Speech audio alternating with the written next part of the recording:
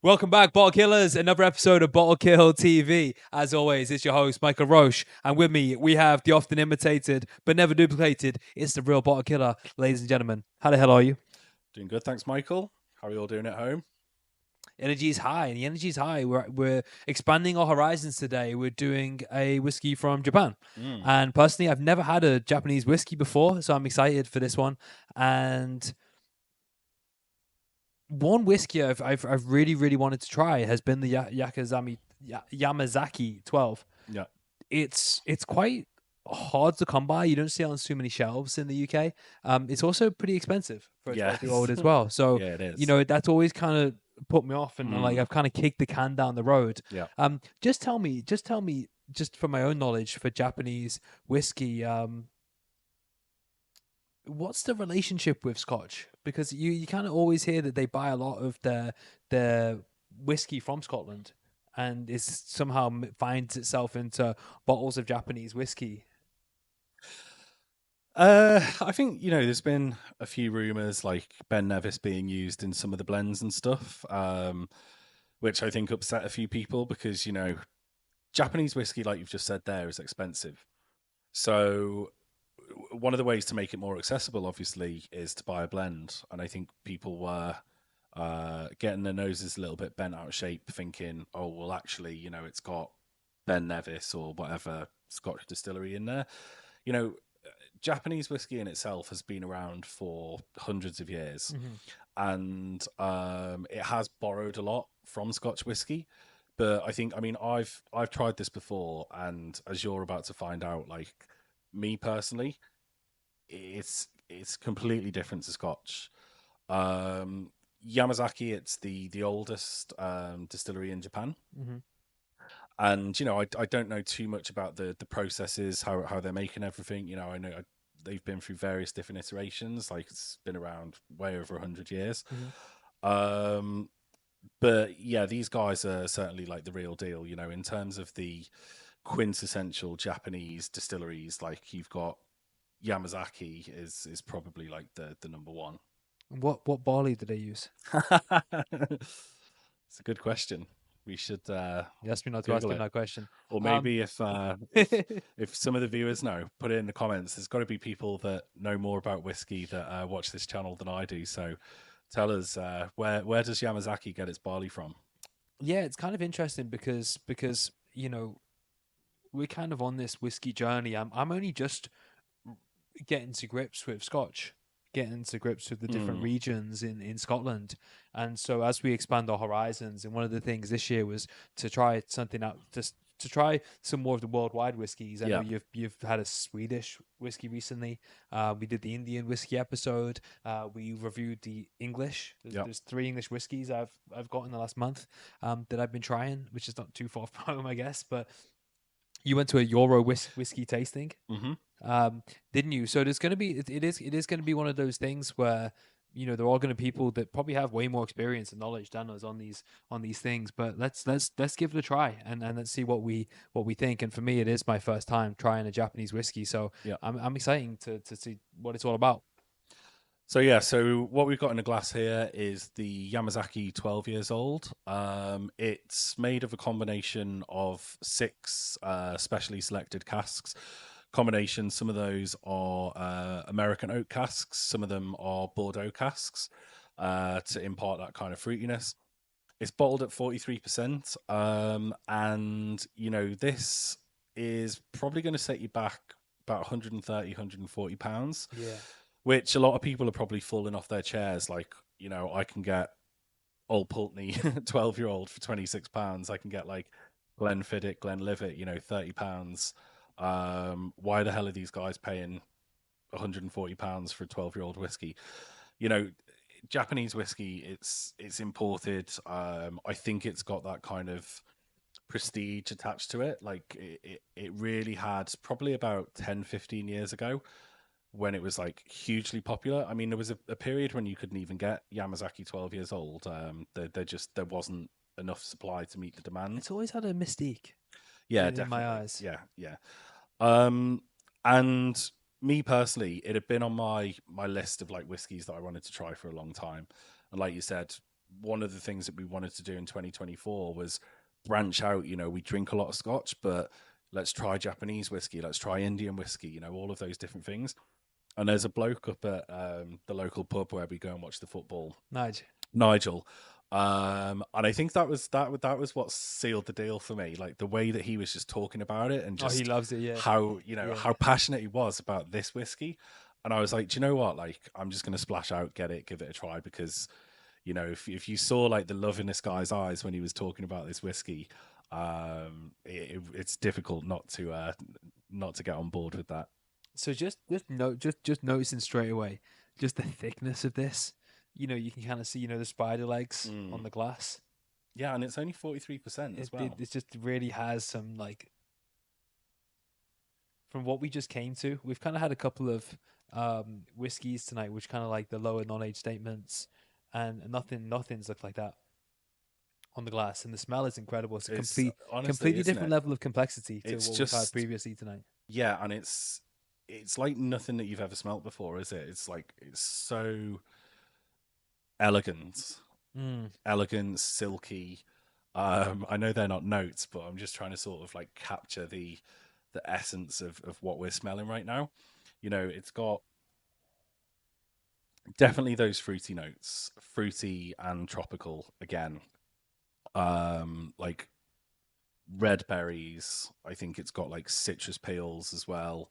Lots of fruity flavors coming through, kind of nutty. But one thing that I find about this, and I'm quite a fan of grain whiskey. Aged grain whiskey tends to be quite sweet, and I do think this is a very sweet nose. But it's got a unique kind of, it's completely different to Scotch. And I think that this, in a good way, kind of reminds me, it's got like the kind of notes that you get with a really good grain whiskey. But I love it. I think this nose is just absolutely beautiful. I could sit there for hours and just smell this. What casks go into this? Well, so I said it's about 6 specially selected casks, combination of American oak, and Bordeaux casks as well. I don't know like all of the casks that are in it, but yeah, it's how about the barley? Yeah, John's barley. So this is just so rich and thick. It's just incredible. Like I haven't even sipped it yet, because I literally just get lost in the nose of this whiskey. I love the smell of it. Seriously, so good. So I always had an association in my mind of Japanese whiskey. If I was to play word association, the first word I would say is smooth. I'm expecting it to be smooth, and this is smooth on arrival, smooth on the finish. So smooth. Yeah. And it's got a little like sort of like winter spice on it as well, but it's not a heat. No. It's like a spicy smooth. Yeah. Yeah, I kind of like, I get like salted caramel on the palate, very sweet, very smooth. The finish, I get a little bit of dark chocolate. Not super spicy, a little bit nutty as well in the finish. But yeah, the smoothness, the richness. Again, a lot of the fruit coming through from the nose into the palate. But it's just got a whole different level of complexity of what else we've had before this, hasn't it? You can see the jump up. You can see the jump up in the quality. This is kind of a bottle of whiskey that people are going to buy on purpose. Yeah. Right? It's going to be like I really want to do something for myself. Whether it's on my whiskey journey or a celebration, I'm going to go get a bottle of Yamazaki 12. How would it compare to, say, something that you may see a Japanese whiskey you may find on the shelf of Tesco? Because they do have these like Japanese blends. I've not seen any age statements in Tesco. Yeah. But they do have Japanese blends. What would be how would that compare to this? So years and years ago, you're probably talking like 6 years ago. There's a couple of, I don't think it was Yamazaki. There's in a green bottle, Hakushu. and there's a couple of them. I think the Cheetah does one as well. Hmm. And you get a blend that's the Cheetah, and then you get like there's a Kushu Distillers Reserve. I think the Yamazaki do a Distillers Reserve as well.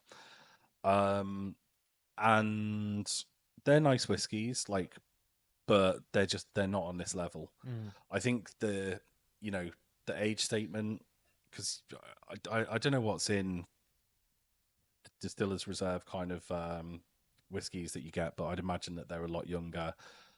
They're not as matured as what you've got here. This for me is like no competition. It just doesn't compare. It's just in a league of its own. It feels a lot heavier than I thought. You 43% as well, doesn't Should it? do, yeah, It yeah. feels almost like a cast strength. It really does have that extra, that real, just extra like meat to it. Mm. It's just so rich, isn't it? Rich, smooth. Um, yeah. I think it's an incredible whiskey. Really, definitely. Well, I say it's difficult to say, right? Is it worth the money? Um, Definitely one that you should try. Like if you're looking to splash out, try something special. I don't think people would be disappointed if they got the Yamazaki 12 years old. Yeah, well, what I would say about it is, I think it's a unique of an experience that you owe it to yourself as part. If you kind of really are a hobbyist or an enthusiast, I think you owe it to yourself to explore. Really explore and find out. What else is out there, and this rewards you. So could you do better for £140? What can you buy for £140? Probably a lot, maybe multiple bottles. Yeah, But in terms of as an experience, I think it delivers on its promise. absolutely. And it's not one of those whiskies that you're not going to sit there and like drink half a bottle of it in a night.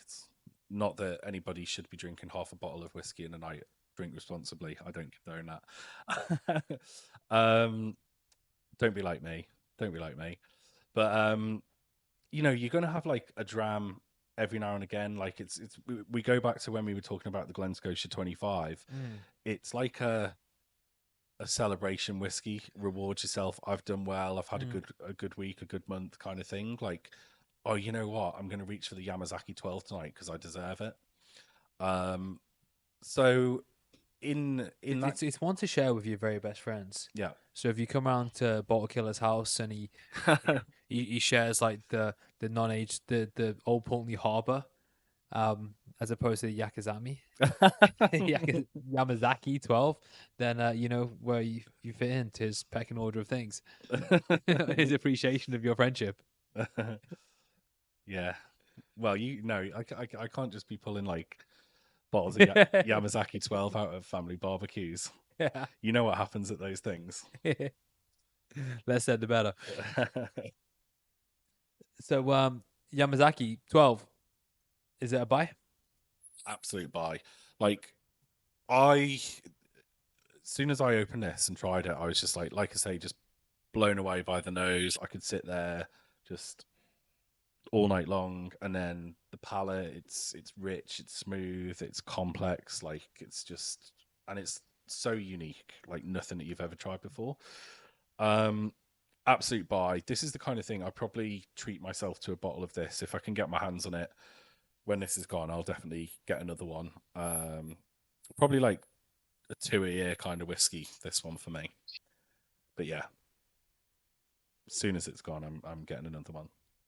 Yeah, it's an incredible experiential whiskey. If you want those experiential whiskeys, and we've kind of wolfed that down fast because it's a YouTube video, right? You don't want to be on this for 60 minutes. No one's going to watch it that long, but it's one that you should, you pour it and can enjoy over. You can Mm, enjoy over an hour or so, and just keep going back to it. Have a little.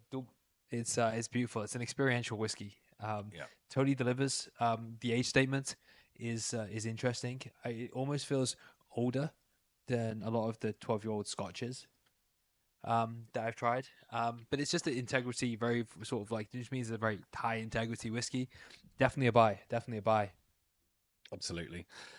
Yeah, I think, and that's another one of those things, isn't it? Like people talk about Springbank putting older casks into some of the age statements, because obviously, like, your age statement only means the youngest whiskey in Mm. that bottle has to be 12 years old in this case.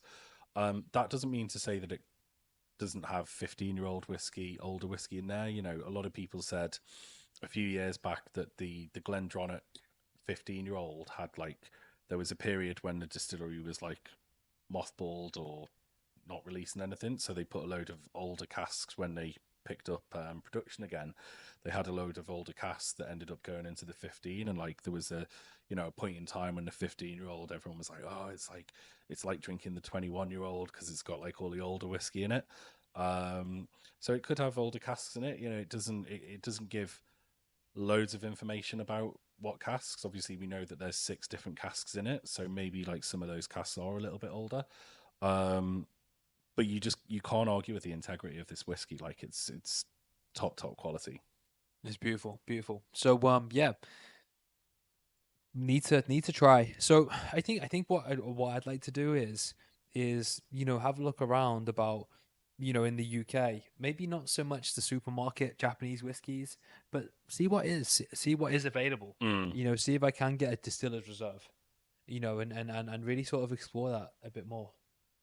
I don't know if I'm going to go 140 I'd just yet, probably. but Do you know what I'd say is if you go to Puffin Rooms, hmm I reckon they'll have some in there, and yeah, it's I'd good say call. like I'd go for a dram before buying a bottle because it is more expensive, right? Even like the Distiller's Reserve, you're probably going to pay like £70, maybe £75 for it. So Mm. to commit to the bottle, whereas like you can go maybe sort of try 3 or 4 Japanese whiskies in a bar, and then maybe you try the Yamazaki 12 and you go, do you know what? Actually, I'm just going to pay the 140 and just go Yamazaki 12 because it's that good. But I'd say like, yeah, sometimes it's better to try a few before committing to a full bottle.